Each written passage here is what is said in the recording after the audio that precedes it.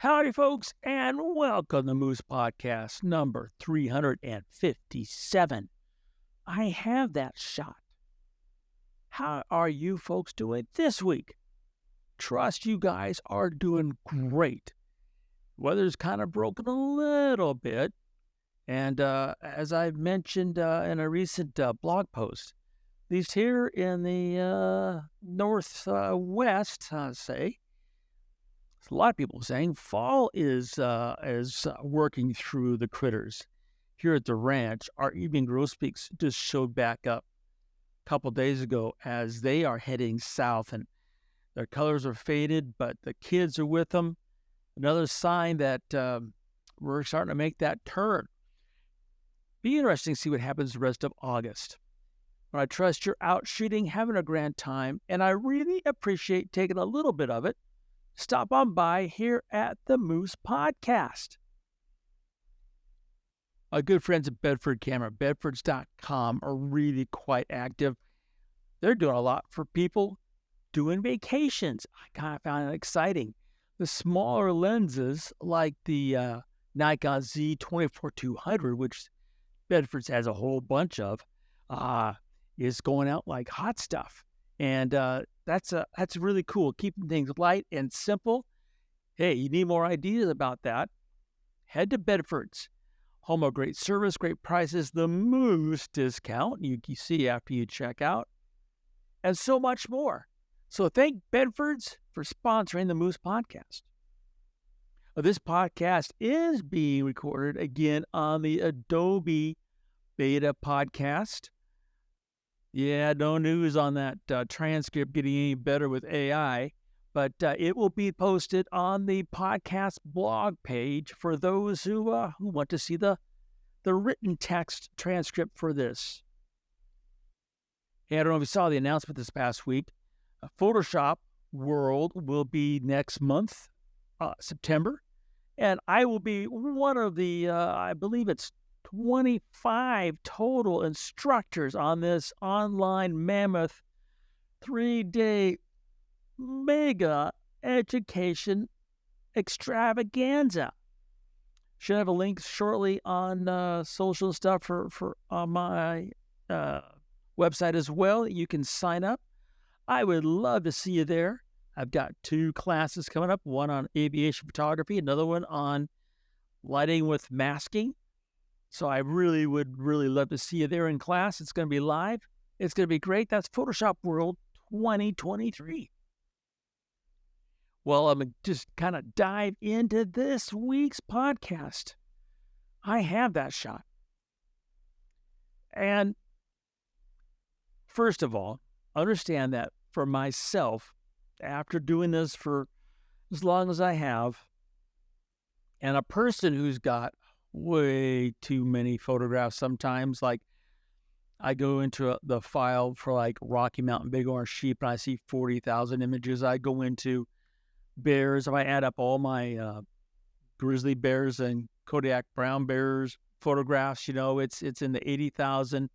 Now you're looking at what I have in the slide cabinets and the filing cabinets. You got to first of all say, listening to a podcast and somebody says, I have that shot. You might wonder, is he really being honest? And I'll be honest. I don't think I've ever can remember saying I have that shot. I have at times looked at something and say, why am I taking more when I have so many of the files? Some subjects that point blank just don't sell. Why am I populating my hard drives with more images that I couldn't find markets for the first ones? But to actually just not even get out of the van and say, because you say, I have that shot, because what you're seeing is something you already photographed. Yeah, I'm talking about that. I'm talking about not even, getting up to the plate to actually even take a swing at the possibilities. But there is a challenge, and I think we all face it. I know I faced it on Saturday, where you've gone to some place for some critter or for some event, you've done it a number of times and you first walk up and it's like you hit a wall. And it's kind of like you say, I had that shot. Now, I'm not saying you say, I had that shot and then go back to the car and go home. I'm talking about, I have that shot. How do I get beyond that shot? That's really the key, the main focus for this podcast is that photograph that you have taken before kind of presents itself again. Well, how do I go about taking it again, but making it new?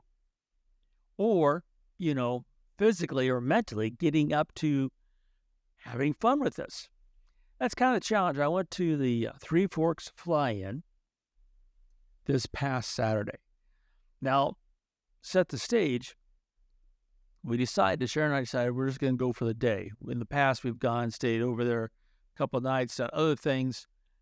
We had more things than we could have, just not do back at the ranch. So we decided we'd do just a day trip, which means getting up at 2 a.m. and driving the 3 hours. So I was in place for sunrise, spend the whole day, and then drive back, leaving after they have such a great prime rib dinner that, you get back late. Now, first part of this process, I have shot the Three Forks Fly-In a few times, so I have that shot. Even though I don't know all the aircraft that will show up, because they're not always the same. There's some regulars, but there's always something new. How do you get up for that? First of all, literally getting up at, and 2 to go. Now, added to this was the weather forecast, which was so dire that they thought the event might not even really unfold with anything, because weather is really important when it comes to a bunch of planes flying to some place for the day, for the same reason I'm going to take pictures. They're coming, yes, for the fellowship and also that prime rib dinner, but they have to fly, and flying through thunderstorms ain't going to happen. Well, there's an old adage in my aviation photography, one that I share with you folks that really has to do with I have that shot, is the just show up. When it comes to aviation photography, just show up. Because when you show up, things happen. So if you got something you want to go do and you having a hard time just even getting out of bed, let alone getting the car packed, leaving the garage, driving, just remember that old adage, which works for landscape and critters. Just show up. Now, just showing up does not guarantee you'll even get the camera out. But, like this last Saturday, like I mentioned, the weather was supposed to be nasty. As I'm driving over east, ran into a bunch of rain, and one was just a downpour. We're seeing that the freeway in front of the car it wasn't happening. Had to get really, just down to 20 miles an hour there for about 5 or 7 minutes while this deluge just was pounding away. Car is clean, but travel was really slowed down. That I'm driving and I'm thinking about this. I'm like, wow. But then get over Homestake Pass and all of a sudden the clouds lifted and I could see for quite a ways. The rain stopped and I looked off to the east and there was this really fascinating, haunting little red stripes. And I kept blinking because like, am I tired? Have I had too much caffeine? And I'm looking and all of a sudden it gets a little bit bigger. And it's, good time before sunrise. Well, I come down the pass, I fill up the gas tank, and I head over to the airport where I find myself, other than Sharon and Maggie, all alone on the tarmac. There were, a dozen or more planes, and there was at least 3, maybe 4 guys, people who had flown in and camped underneath their wing, which is really kind of the cool thing to do at some of these fly-ins. And I'm out there. I have the the Z8. I have the 24 to 72.8. I've got my favorite little tripod now, the Benro tabletop, that you'll hear about more of this in the near future. I really love that little tripod. Anyway, we're out there. Tarmac is wet. There's big puddles. And as I'm just kind of moseying around, that little faint lines I saw in the east got bigger and bigger. And the first thing I said is, I don't have that shot. First thing I said out of my mouth. And then I'm looking around what to put with it. And it didn't take much. And all of a sudden, I've got some shots I really kind of like for the fly-in. And there's shots I don't have. So right off the bat, when you say, I have that shot, do you have that shot in the light that's now present? And definitely there's times where the light, right, just, it don't work. But I have that shot in that light, because light is everything. Light can change all content in a photograph. All you have to do is take your favorite person and take their portrait by a lamp, go outside the door, go deep inside a garage, and instantly that person's portrait is going to change because of the different lighting you've used. So, I have that shot. Hey, in that light. Now, let's say, for example, though, you have we're going to go with the worst possible lighting, okay? High noon, bald skies. I'm going to pick an inanimate object, make this example a little simpler. I'm going to pick an aircraft. And you have photographed that Cessna 195 upside down, left and right. And there it is, though. And you love that plane, but the light is hard. Hard. Okay? I have that shot. What can you say mentally to change that scenario, to go out and actually make a photograph happen that you might not have? How about your angle of attack? Now, a lot of times there's a number of positions. If you look at a clock face and you put an aircraft 12 to 6, you can shoot it, at 4 o'clock, you can shoot it at 8 o'clock position, and all the way, 3 o'clock, not so much a lot of times, but then you could do some 2, but definitely some 12 o'clock R shots. And those are all your typical angles, okay, when you're shooting it, when you've got really nice kind of light and background. But how about that angle of attack when that light's hard? Well, you probably haven't done that. Probably because you said, I had that shot with great light. What if we just kind of turn the table a little bit?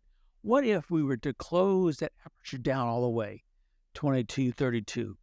What if we were to get closer and put the camera literally on the ground, shoot up at a steep angle, and then put that starburst we created by closing that lens down all the way and have it just off like the leading edge of the wing, or maybe coming through a canopy?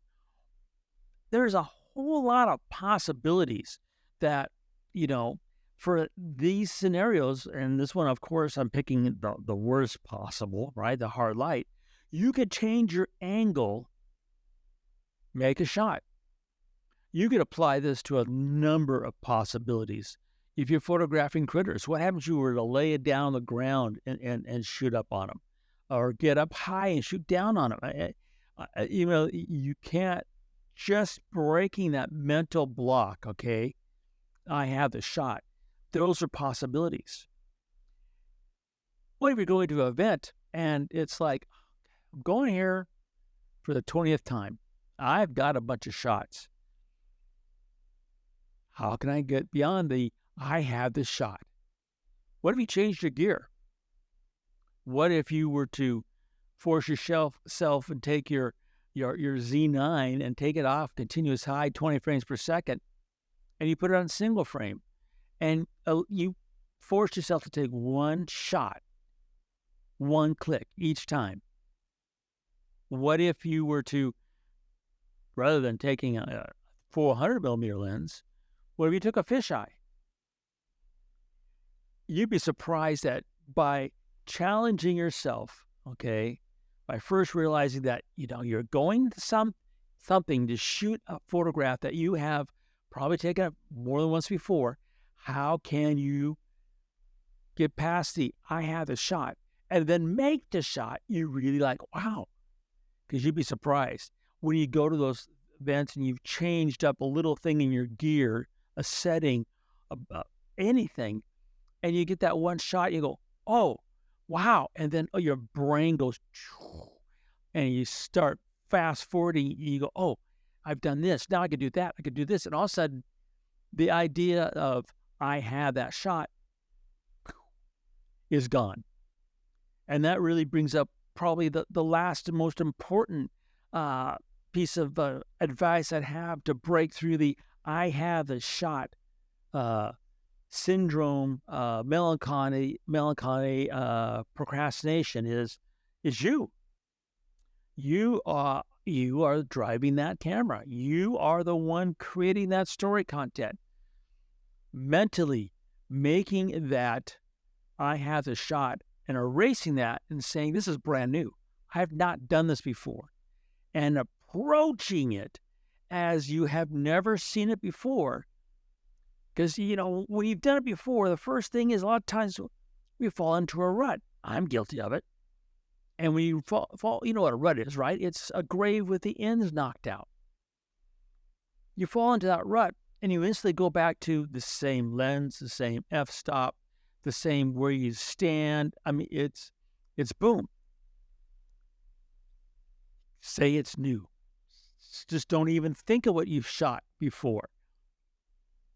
Now, sometimes for business, and you're going to add coverage, you go to an event and you say, I haven't gotten that shot before. That is a way of saying it's new.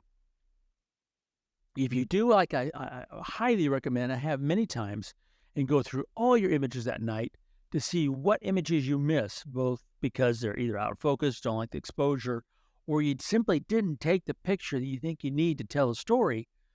That's another way of going back to the event, like an air show, Saturday and Sunday, going back the second day, that Sunday, to get those shots, to say it is new. And this is nothing to do with light or angle or gear, has to do with the way you mentally up yourself, prepare yourself, shake yourself, go about getting that photograph.